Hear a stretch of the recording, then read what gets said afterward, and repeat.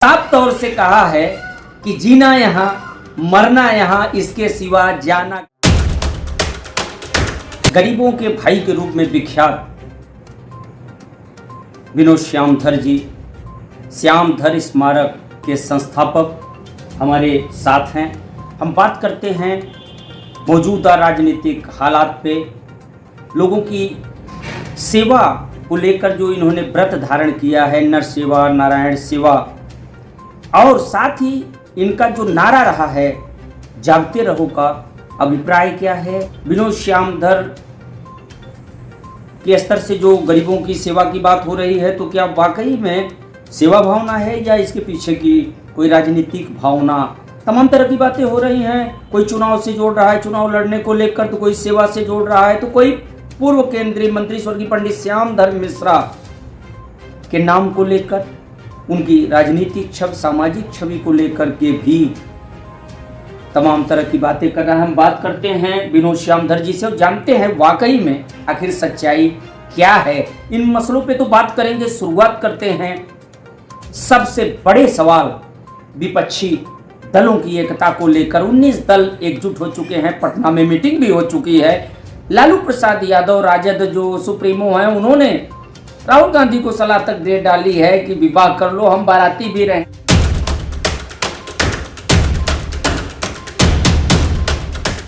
इस तरह से पटना में एक मीटिंग हुई। उस मीटिंग में विपक्षी दलों ने साफ तौर से एक साझा कार्यक्रम की बात कही है और मिलकर चुनाव लड़ने और भाजपा को हटाने की बात कही है। आपको क्या लगता है, ऐसा होगा? इतने बड़े बड़े नेता लगे हुए हैं, जरूर कुछ होगा, इसीलिए तो कर रहे हैं वो लोग कुछ हो।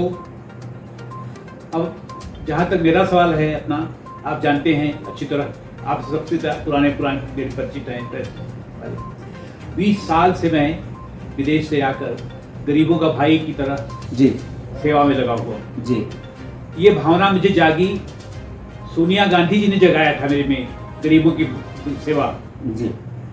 आज से 2003 या 4 की बात है जी। और मैं अपने गांव में लग गया गरीबों की सेवा जी। एक दिन रात को हमें उठा, मैंने देखा, रात दिन भर में घूमा हूँ, क्या गरीबी है, क्या किस तरह से लोग रहते हैं, तो बड़ी तकलीफ हुई।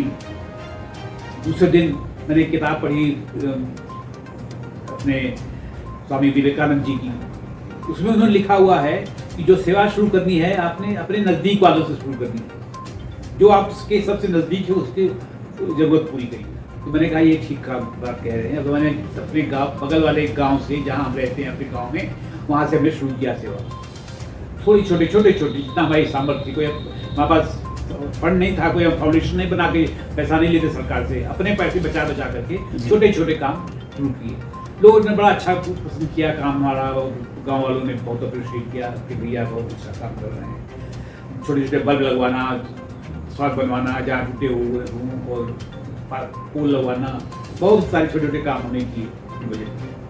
तो वो सबसे मुझे लोग गरीब के भाई के रूप में जाने लगे और मुझे बहुत उससे खुशी है। आज के दिन भी जहाँ जाता हूँ तो मुझे पहचानते हैं, श्यामधर मिश्रा का पुत्र तो वही हूँ मैं, मुझे कब तक गरीब का भाई के जन्म। वो कांग्रेस जो लंबे अरसे तक स्वयं सरकार में रही, बनाने का उस कांग्रेस ने काम किया, आज कांग्रेस को तमाम क्षेत्रीय दल अपने साथ जोड़ के नीतीश कुमार जैसे नेता आज प्रमोट कर रहे हैं। आज तमाम समझौते की बात हो रही है। आपको क्या लग रहा है?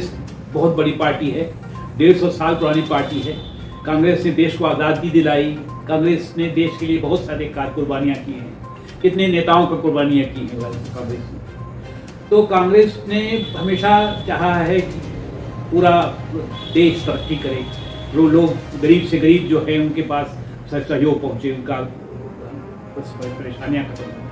कांग्रेस तो चाहती है कि 1-2 पार्टी सिस्टम आ जाए इस देश में।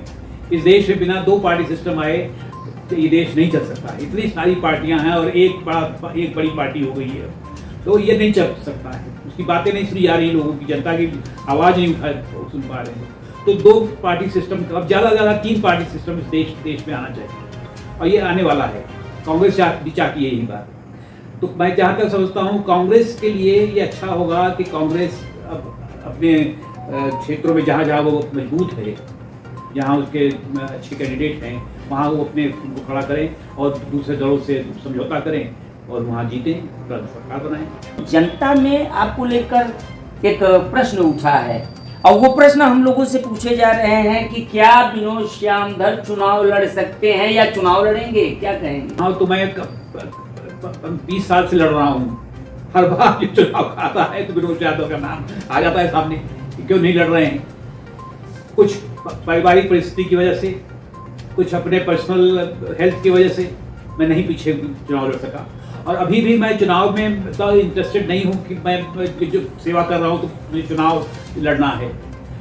लेकिन मैं कांग्रेसी हूँ, मैं पैदा ही कांग्रेस में हुआ हूँ। मैं जब पैदा हुआ तभी बाबूजी कांग्रेस ज्वाइन किए और आगे बढ़ते गए जीवन। और मैं भी चाहता हूँ कि मैं कांग्रेस में ही रहूँ और कांग्रेस में ही मरूँ, ये मेरे मन में है। लेकिन परिस्थितियाँ आपकी चुनाव क्या कराएगी, क्या आगे क्या होने वाला है, मैं नहीं बता सकता कुछ इसके बारे में। ये तो ऊपर वाले बताएंगे कि क्या वो चाहते हैं, क्या करेंगे। आई एम कांग्रेसमैन, जो कहीं से मुझे मिलेगी जो ऑर्डर वो हम वो भी करेंगे। चलते चलाते जानना चाहेंगे कि राम से बड़ा राम का नाम, हाँ। तो श्याम से बड़ा श्यामधर का नाम इस क्षेत्र में है। और आप जहाँ भी जाते हैं ठीक उसी प्रकार से जिस तरह से पंडित जी को लोग सम्मान दिया करते थे, उसी रूप में आपको देखते हैं, सम्मान देते हैं। क्या कहेंगे भदोही की जनता के बारे में? 20 साल से जो सेवा कर रहा हूँ उसके पीछे भावना यही है कि मेरे बाबूजी का, मेरे पिता का इतना बड़ा सम्मान है यहाँ पर क्षेत्र में, तो मैं उसको रिपे कैसे करूँ, उसको कैसे मैं उसकी अपनी तरफ से कैसे उसका भुगतान को भरपाई करूँ। और इसीलिए मुझे सेवा के लिए प्रेरित करता है। उनका सम्मान जो है क्षेत्र में मुझे सेवा के लिए प्रेरित करता है। उनका सम्मान जो है क्षेत्र में मुझे सेवा करने को प्रेरित करता है और इसीलिए मैं प्रेरित करता रहता हूँ। अपने पैसे बचा करके, खर्च में कटौती करके मैं सेवा करता हूँ और मैं करता रहूँगा। तो ये थे हमारे साथ गरीबों के भाई के रूप में विख्यात विनोद श्यामधर, जिन्होंने साफ तौर से कहा है कि कांग्रेस के सिपाही हैं वो। कांग्रेस में उनके पिताजी तब आए थे जब उनका जन्म हुआ था, उसके बाद कांग्रेस ज्वाइन की थी। और साफ तौर से कहा है कि जीना यहाँ मरना यहाँ, इसके सिवा जाना कहाँ। यानी कांग्रेस पार्टी में मरना भी पसंद करेंगे, लेकिन जब तक प्राण है तन में सेवा करते रहेंगे। गरीबों के भाई के रूप में हमेशा समर्पित रहेंगे। हालांकि इन्होंने इनकार नहीं किया है कि अगर कांग्रेस या मैं नाम नहीं लूँगा कुछ अन्य बात पर कि कोई भी दल ऐसा हो सकता है, लेकिन इन्होंने साफ तौर से कांग्रेसी होने की, कांग्रेस में जीने मरने की बात तो कह दी, लेकिन पब्लिक में जिस तरह चर्चा है, जो बातें ऊपर से आ रही हैं, वो कुछ अलग ही कहानी बयां करती हैं। फिलहाल मिलते हैं एक ब्रेक के बाद और ब्रेक के बाद ये साफ करेंगे कि वाकई में भदोही की सियासत में आगे होने वाला है क्या। तो इंतजार कीजिए हमारी अगली खबर का और बताएंगे कि भदोही की सियासत आखिर किस तरह की अंगड़ाई लेने वाली है और ऊंट किस करवट बैठने वाला है। तो मिलते हैं ब्रेक के बाद, तब तक के लिए दीजिए इजाजत, नमस्कार।